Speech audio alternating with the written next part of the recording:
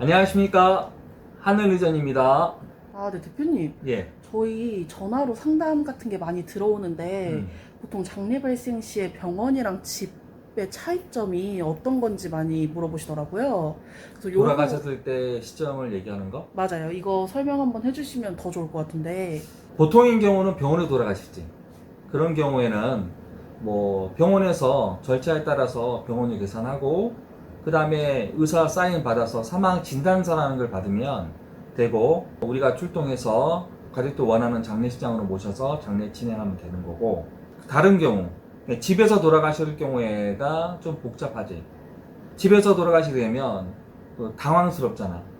이 어떻게 해야 될지 몰라서 하시는데, 원칙을 얘기하면 집에서 돌아가실 때 갑작스러운 죽음인 경우에는 경찰에 먼저 전화를 해야 돼.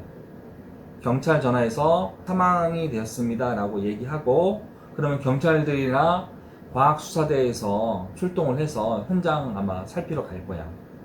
근데 병원에서 치료하시다가 얼마 안 남아서 집으로 돌아가시는 분들 계시거든. 그분들은 굳이 경찰에 전화 안 해도 장례식장으로 모셔서 그 의사를 통해서 그 서류, 사망진단서를 뗄 수가 있어.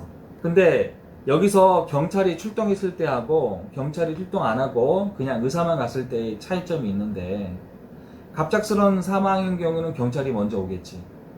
그리고 나서 우리가 가서 고인을 모시고 오는데, 검시는 경찰이나 혹은 과학수사대에서 사망의 그 원인 유무를 조사하는 단계를 검시라고 해요. 검안이라는 거는 그 의사의 역할을 하는 거지. 사망 선고를 해야만이 사망 진단서든 어떤 뭐 사체 검안서든 사망 사유를 적을 수가 있거든. 그래서 의사는 검안을 하면서 병사든지 아니면 병사 추정이라든지 이렇게 해서 사망 진단서를 발급할 수가 있지. 검시가 그럼 부검 같은 거랑 비슷한 걸까요? 부검은 검시의 한 단계지. 먼저 선조사에서 과학수사대 와서 이 고인이 어떻게 돌아가셨는지를 보고 질병이 아닌 어떤 사유가 있는지를 그걸 살펴보는 거지. 그리고 나서 이게 좀 더 물음표가 되면 부검을 하게 되지.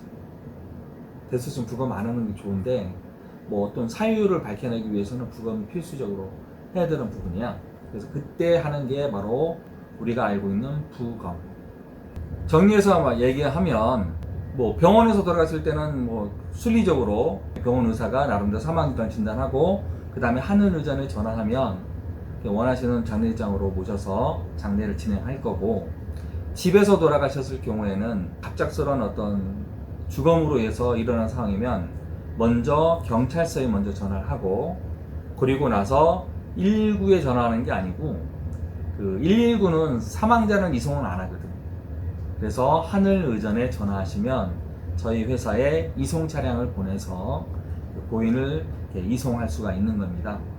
그리고 병 치료하다가 집에 계셨는데 돌아가셨을 경우에는 그냥 하늘의전에 전화하시면 제가 그 단계를 안내를 해두면서 고인을 장례식장으로 모시고, 가는 길에 병원 들려서 사망진단서를 뗄 수도 있고, 뭐 정확히 말하면 사체 확인서지, 아니면은 장례식장으로 의사 모셔서 병사 추정 이렇게 해가지고 서류를 떼줄 수도 있어.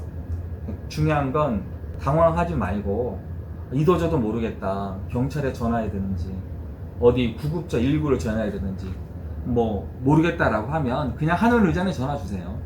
전화번호는 여기 있습니다. 예, 배너에 보면 전화번호 있으니까 일로 전화하시면 되겠습니다. 그러면 제가 혹은 저희 직원이 가서 차근차근 해서 정성껏 안내해 드리면서 모시도록 하겠습니다. 걱정하지 마십시오. 네, 좋은 정보 감사합니다. 예.